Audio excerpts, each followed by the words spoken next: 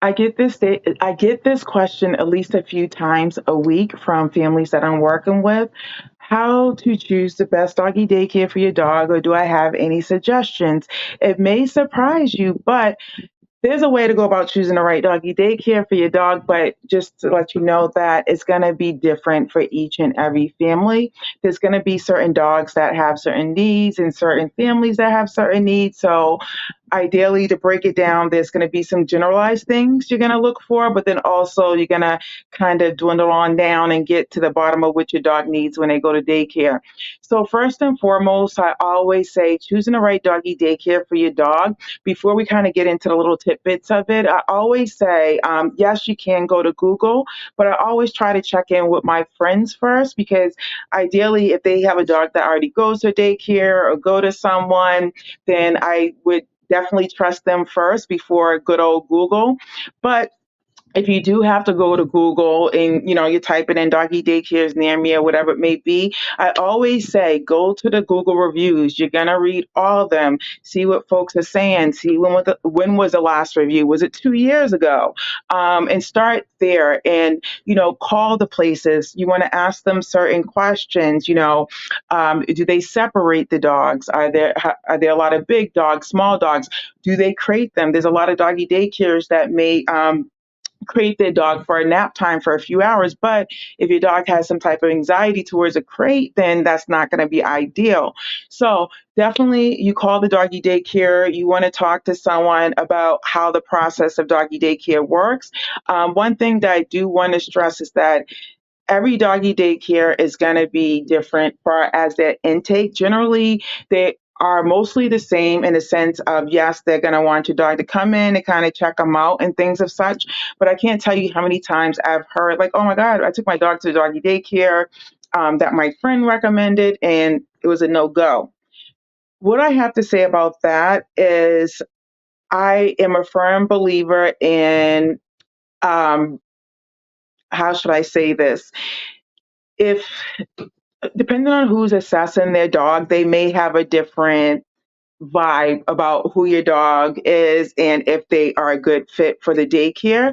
So I always say do not get disappointed if your dog doesn't get accepted into one daycare. It doesn't mean they're a bad dog. I know it can feel very heartbreaking. It happened to me once, but just know you just continue going to other daycares and things of such. But definitely giving them a call, asking them about their process, knowing your dog and their needs. So, for example, let's just throw if your dog is fearful, say your dog's fearful, doesn't like being crated, maybe it's an Australian Shepherd dog, they need a lot of energy, right? So I would not choose a doggy daycare per se that doesn't have an outdoor place for my dog to play, because I know I have a dog that needs a lot of energy, not a lot of exercise because they have a lot of energy. So definitely check off, I need a daycare that's going to have indoor, outdoor, or some type of outdoor so my dog can run. Two, I'm going to make sure that I'm going to avoid daycares that have nap times, because I know for certain that my dog cannot do nap times. And not, like I said, not all daycares do nap times. So, um, in general, just calling them and asking those basic questions about, how long you open, how much do you cost, how many staff members do you have working per dog, are they CPR certified, what kind of redirection or behavioral methods do they use if dogs start acting up, like what is the process? So you want to ask more than just the basic questions. Start to ask about what's going to cater to your dog's needs and go from there. And what I would say is just like you would do with your children, choosing a daycare, take your time. There is no rush. And that's one of the things that I work with my families in the package is all comprehensive, is all inclusive, which means that I know a lot of times families have struggles finding sitters they trust because your pets are like your baby. And so I have my whole own roster of sitters that I can provide recommendations for that are trusted and vetted, or not sitters, or in daycares too.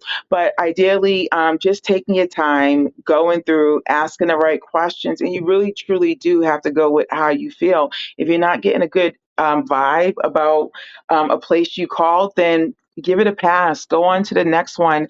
If you don't have any friends that can call upon someone like myself, a trainer in your area who definitely could probably give you some recommendations. But just asking all those little questions that's going to cater to your dog's needs. And also, you want to ask, some daycares do meal times, some don't. So there's all those little tidbits of questions that you want to ask. Um, if you do have other questions about doggy daycare, you're not ready to call them yet, because there's definitely a whole list of things that we could go through right now. But again, you want to think about your dog's needs and ask those questions pertaining to your dog's behavior and temperament and things of such.